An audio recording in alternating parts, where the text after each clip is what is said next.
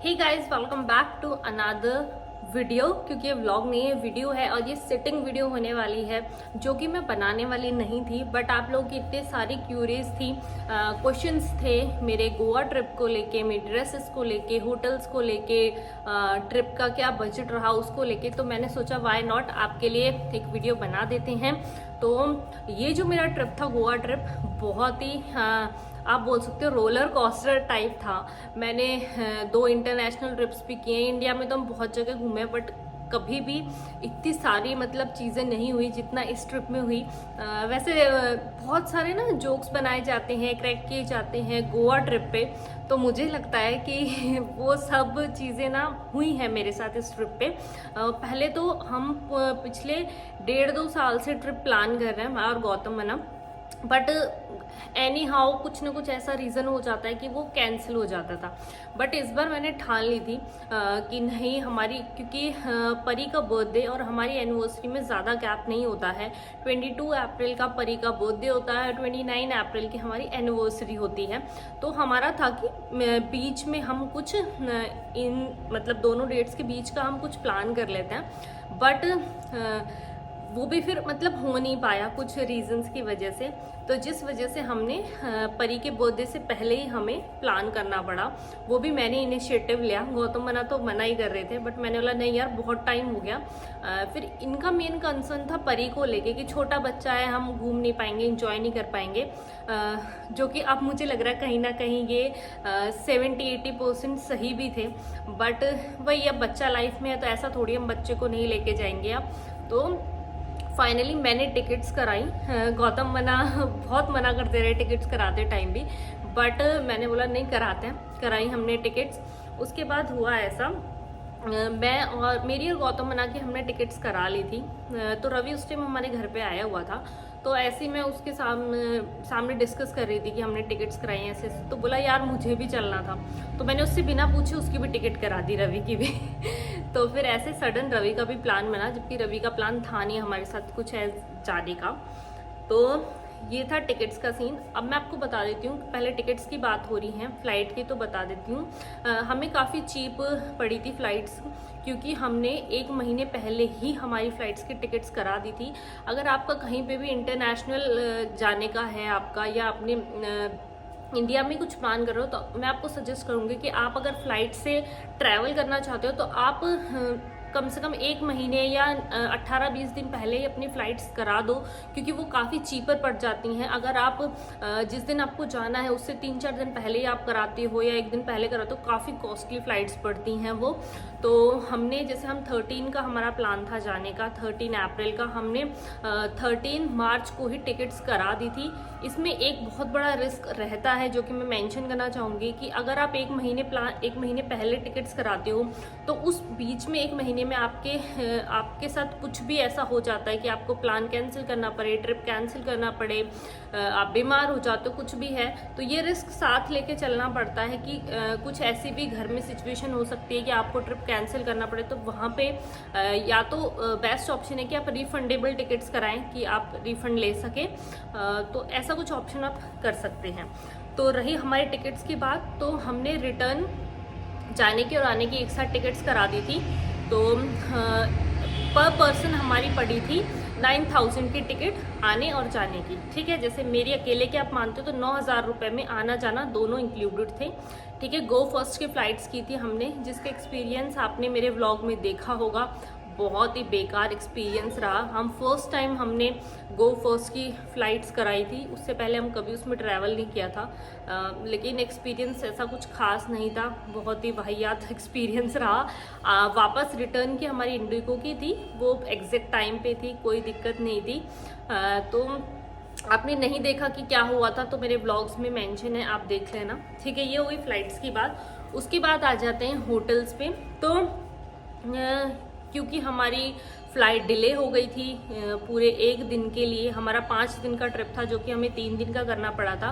But अब की बार best चीज़ ये हुई थी कि हमने होटल पहले ही बुक नहीं किए थे। नहीं तो हम कहीं पे भी जाते हैं तो हम 1 या 2 दिन का होटल बुक करके चलते हैं, बट अब की बार हमने नहीं किया था। हमने सोचा था यार गोवा ही तो वहाँ जाके कर लेंगे, लेकिन डिले हो गई थी और जो फ़्लाइट थी वो रात की थी। हम लोग रात को पहुँचे थे 8:30 बजे के आसपास। तो रूम करना ज़रूरी था, होटल करना, क्योंकि बच्चा साथ है। अगर हम अकेले जाते तो भी हम थोड़ा देख सकते हैं, बट बच्चे के साथ ऐसे रात को हम सामान लेके नहीं घूम सकते इधर उधर। तो हमें सोचा था कि रात रात के लिए तो होटल चाहिए, तो हमने ओयो का एक होटल कराया था, जो कि ठीक ठाक सा था, ठीक प्रॉपर्टी थी, साफ सफाई थी, अच्छा था, मतलब नाइट के लिए काफ़ी बेटर ऑप्शन था। तो वो होटल हमें पड़ा था 1500 समथिंग का। काफ़ी अच्छा रूम था, ऐसा नहीं था कि भाई कोई बेकार प्रॉपर्टी, अच्छी जगह पे थी, अच्छा होटल था। तो 1500 से भी कम का ही था, आई थिंक 1500 के अंडर में था, मुझे पूरा एग्जैक्ट ध्यान नहीं है। ओके, फिर नेक्स्ट डे फर्स्ट नाइट हमारी वहीं पे गई थी। फिर हमारा फर्स्ट डे स्टार्ट हुआ था गोवा में। तो मॉर्निंग में ही फिर जो हमारा नाइट वाला होटल था वो कैलिंगट करके बीच है, वहाँ पे था। बट नेक्स्ट मॉर्निंग हमने जब होटल चेंज किया, वो था हमारा बागा बीच पे। तो टीटोज लेन के पास ही था हमारा सेकंड होटल, जो कि डे फर्स्ट पे हमने लिया था। और वो होटल काफ़ी अच्छा होटल नहीं था, वो रिजॉर्ट था एक्चुअली। तो वो थोड़ा सा हाई प्राइस था। देखो, हम लोग हैं मिडिल क्लास लोग, तो हम ये नहीं कहेंगे हमें 5 स्टार या 7 स्टार प्रॉपर्टी में रहना। हमें हमारा बजट लेके चलना होता है कि ये हमारा बजट है, इसी हिसाब से हमें अपने रूम वगैरह लेने। इवन गोवा में हमारी जो प्रॉपर्टी थी वो एक रिजॉर्ट था, और वो बीच रिजॉर्ट था। विद इन 10 सेकेंड पे बीच स्टार्ट था, बागा बीच, इसलिए वो थोड़ी सी कॉस्टली प्रॉपर्टी थी। और वो रिजॉर्ट था हमारा 5000 समथिंग का रूम पड़ा था उसमें हमारा, जिसमें हमारा ब्रेकफास्ट इंक्लूडेड नहीं था, क्योंकि वैसे हम लोग थकार के रात को सुबह लेट ही उठते थे, तो कोई मतलब नहीं था। फिर हम हमारी मर्जी का ब्रेकफास्ट हम ले आते थे। आप व्लॉग्स में देख लेना, अगर जिसने भी नहीं देखा व्लॉग्स में आपको पता चल जाएगा। उसके बाद फर्स्ट डे हम वहीं हमने स्टे किया था। सेकेंड डे फिर हमने चेंज किया था हमारा रिजॉर्ट नहीं था वो, सॉरी, होटल था। जो सेकेंड डे और थर्ड डे के लिए हमने लिया था, 2 दिन के लिए हमने वही लिया था। वो वापस से कैलिंगट बीच पे था। तो वो हमारा था समथिंग 22 और 2300 समथिंग का। लेकिन मेरे को सही बताऊं, बागा बीच और कैलिंगट पे जो हमने पहले लिया था ओयो वाला, और जो रिजॉर्ट था ना, उससे बेस्ट प्रॉपर्टी मुझे लास्ट वाली लगी थी। इसलिए हमने 2 दिन फिर वहीं पे स्टे किया था। बहुत ही अच्छा था, क्योंकि देखो, मुझे नहीं लगता हमें होटल या रिजॉर्ट में इतना इन्वेस्ट करना चाहिए, क्योंकि हम घूमने गए हैं। तो उस चीज़ पे आप इन्वेस्ट करो ना। होटल में वैसे भी हमें सिर्फ रात को आके सोना ही होता है, दिन में हम लोग होते ही नहीं है, रात को भी नहीं होते, सुबह ही चले जाते हैं घूमने। तो सोने के लिए सिर्फ आप इतना इन्वेस्ट करो। मुझे ठीक है, अच्छी प्रॉपर्टी होनी चाहिए, बीच, अगर आप गोवा जा रहे हो बीच साइड होनी चाहिए, बट इतना ज़्यादा इन्वेस्ट करने की जरूरत नहीं है। तो ये हो गई होटल की बात। उसके बाद खाना वगैरह सब वहाँ पे, मैं बता दूँ, गोवा बहुत ज़्यादा खाने के लिए कॉस्टली लगा मुझे। देखो, हमारा जो जयपुर है ना, वो भी एक टूरिस्ट प्लेस है, बट खाना हम बाहर ही खाते थे। जो भी वहाँ आसपास नियर बाय कोई शॉप होती थी, ढाबा होता था, लेकिन वहाँ का खाने का टेस्ट काफ़ी डिफरेंट था यहाँ से, अपने यहाँ से। होता ही है हर जगह का, आप इंडिया में स्टेट जैसे चेंज होते जाते हैं, खाने का टेस्ट भी चेंज होता जाता है। लेकिन मैं ये बताऊंगी, जयपुर जैसे हमारे यहाँ पे ये भी टूरिस्ट प्लेस है, बट इतना कॉस्टली चीज़ें, खाना वगैरह तो नहीं है डेफिनेटली, बट वहाँ खाना भी इतना कॉस्टली, पानी भी इतना, जो MRP लिखा हुआ है वाटर बॉटल पे 20 रुपीज़, वो लोग 30 में दे रहे हैं। तो और रात को तो उसको 40-50 कर देते हैं। तो काफ़ी सारी चीज़ें हैं जो कि थोड़ी कॉस्टली लगी मुझे एज़ कम्पेयर हम और किसी टूरिस्ट प्लेस पे जाते हैं, क्योंकि हम काफ़ी जगह गए हैं, बट गोवा मुझे कॉस्टली लगा। मे बी ज़्यादा टूरिस्ट जाते हैं, इस वजह से हो सकता है। रही बात सीज़न की, तो हमें बोला गया था कि ऑफ सीज़न है, अभी क्यों जा रहे हो, बट इतनी भीड़ थी गोवा में, आप बोल ही नहीं सकते हो कि ऑफ सीज़न है। बट मुझे ऐसा लगा कि होटल काफ़ी चीप रेट पे इस टाइम पे मिल गए, लेकिन इतनी गर्मी नहीं थी। हाँ देखो, ह्यूमिडिटी थी, गर्मी नहीं कह सकते, क्योंकि हवा वहाँ पे ठंडी चलती है, और हम स्कूटी पे ट्रैवल कर रहे थे तो ठंडी ठंडी हवा लगती थी। ऐसा जब आप रुक जाते हो एक जगह, तभी आपको ह्यूमिडिटी फील होती है। बीच साइड पे कोई ह्यूमिडिटी फील नहीं होती है, धूप भी होती है तो ठंडी ठंडी हवा लगती रहती है। अच्छा मॉडरेट मौसम बोल सकते हो आप। तो काफ़ी मज़ा आया। ठीक है, ये बात हो गई होटल्स की और खाने को लेके।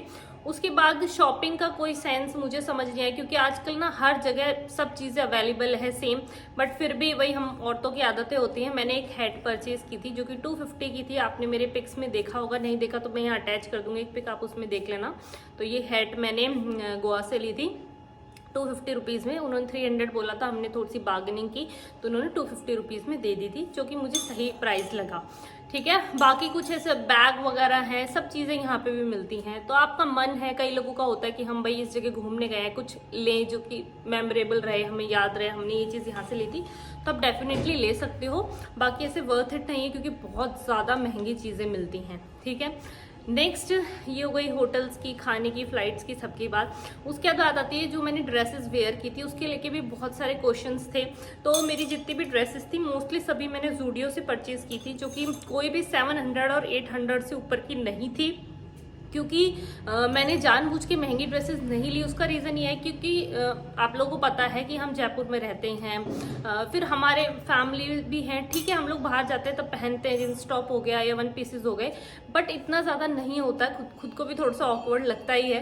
तो मैंने सोचा ऐसे कपड़ों पे इन्वेस्टमेंट नहीं करें जो हम वापस रिपीट नहीं कर सकते हैं। ये कपड़े वैसे हैं जो मैं कहीं घूमने जाऊँगी तभी पहन सकती हूँ वापस से, और फिर कहीं घूमने जाते हैं तो हमें लगता है यार ये तो पहन चुके, कुछ नया ट्राई करते हैं, तो उसके लिए आपको इतनी इन्वेस्टमेंट करने की जरूरत नहीं है। तो इसलिए मतलब 1-2 ड्रेसेस तो ऐसी थी जो सिर्फ 500-400 रुपीज़ की थी। ऐसे बहुत से लोग बोल रहे थे कि आप लिंक प्रोवाइड करा दो। लिंक सॉरी मैं नहीं दे सकती क्योंकि वो ऑनलाइन ली हुई ड्रेसेस नहीं थी, वो जूडियो से ली हुई हैं या फिर विशाल मेगा मार्ट से ली हुई हैं। तो ऐसे थी वो ड्रेसेस। हाँ, जो मैंने फर्स्ट ड्रेस पहनी थी उसका जो बेसिक टॉप था, क्रॉप टॉप, वो मेरा H&M का लिया हुआ है। वो भी ज़्यादा कॉस्टली नहीं था, 450-500 समथिंग का था। कार्गो पेंट थी, वो मैंने अमेजन से ली थी। तो जो 1-2 कपड़े जो मेरे ऑनलाइन लिए हैं, मैं कोशिश करूँगी उनका लिंक मैं डिस्क्रिप्शन में प्रोवाइड करा दूँ आपको। तो ये थी सारी डिटेल हमारे गोवा ट्रिप को लेके। तो काफ़ी अच्छा ट्रिप रहा। बट एक चीज़ मैं बताना चाहूँगी, मेरा एक्सपीरियंस शेयर करती हूँ आपके साथ। एक्चुअली क्या है ना, मैं इससे पहले थाईलैंड और बाली जा चुकी हूँ, जो कि ऑलरेडी बीच एरिया है, वहाँ पे सी है, ओशंस हैं। तो क्या होता है, जब आप पहले ऐसी जगह विजिट कर चुके हो ना, और सेम वैसी जगह फिर आप दोबारा विजिट करते हो जो कि उससे कम अच्छी है, आप जब कंपेयर करते हो तो ऑब्वियसली थाईलैंड और बाली ज़्यादा बेटर है, मच बेटर है, ज़्यादा ही है। मतलब आप रेशियो भी लेके चलते हो तो गोवा को आप 30% बोल सकते हो और उनको 70% बोल सकते हो, इतना था। तो मेरा एक्सपीरियंस ठीक ठीक था। लेकिन अगर कोई फर्स्ट टाइम जा रहा है बीच एरिया पे या ऐसी जगह पे तो डेफिनेटली गोवा आपको पसंद आएगा। मुझे भी अच्छा लगा, बट क्योंकि मैं ऑलरेडी इससे बेटर जगह जा चुकी हूँ तो मुझे ठीक ठाक लगा, अच्छी जगह थी, घूम सकते हैं। अगर आप बजट को लेके चलते हैं, आप इंटरनेशनल ट्रिप नहीं करना चाहते हैं तो आप डेफिनेटली गोवा एक्सप्लोर कर सकते हैं, बहुत अच्छी जगह है। तो ये सब था। बाकी अगर कुछ रह गया है और आप पूछना चाहते हो तो आप मुझे कमेंट कर देना, मैं ट्राई करूँगी सभी के जवाब देने की। तो इसी वीडियो को ख़त्म करने से पहले मैं आपको बताना चाहूँगी कि जो मेरा वेट लॉस चैलेंज चल रहा था, जो कि आप लोग बीच बीच में उसको लेके भी काफ़ी क्वेश्चंस आ रहे हैं कि प्लीज़ अपना रूटीन शेयर करो, डाइट शेयर करो। तो मैंने काफ़ी अपना वेट लॉस कर लिया है, जिसके लिए मैं बहुत प्राउड हूँ। मुझे लगा नहीं था मैं कर पाऊँगी, वो भी इतने हेल्दी तरीके से, घर पे रह के, कोई जिम ज्वाइन नहीं करके, ना कोई ऐसे फास्टिंग करके या फिर ऐसे कुछ मतलब भूखे रह के, बहुत ही हेल्दी वे में वेट लॉस किया। मैंने काफ़ी सारा वेट लॉस किया है। तो अगर आप चाहते हो मैं उस पर भी एक वीडियो बनाऊं आप लोगों के लिए कि क्या रूटीन था, क्योंकि वो चैलेंज मेरा पूरा हो चुका है, लास्ट संडे को ही पूरा हो गया है। तो अब आगे क्या कर रही हूँ मैं, कैसे उसे कंटिन्यू करना है और कितना मेरा वेट लॉस हुआ, क्या रूटीन था, क्या डाइट रही, तो वो सब अगर आप जानना चाहते हो तो मुझे कमेंट करके बताना। अगर ज़्यादा कमेंट आते हैं उस चीज़ के लिए तो मैं डेफिनेटली उसके लिए भी एक वीडियो शूट करूँगी जिसमें मैं पूरी डिटेल्स आपके साथ शेयर करूँगी। तो इसी के साथ इस वीडियो को एंड करते हैं। आई होप आपको वीडियो अच्छी लगी। अगर आपको वीडियो अच्छी लगी तो प्लीज़ मेरे चैनल को सब्सक्राइब कर दो, अगर अभी सब्सक्राइब नहीं किया है, क्योंकि बिल्कुल फ्री है। बेल आइकन को भी क्लिक कर देना। अगर आप मुझे इंस्टाग्राम पे फॉलो नहीं करते हो तो इंस्टाग्राम पे फॉलो करना ना भूलें। नीचे मैं आपको इंस्टाग्राम हैंडल दे दूंगी जहाँ पे आपको मेरे काफ़ी अच्छे अच्छे रील्स और कंटेंट देखने को मिल जाएगा। फिर मिलते हैं नेक्स्ट व्लॉग में, तब तक के लिए टेक केयर, बाय बाय।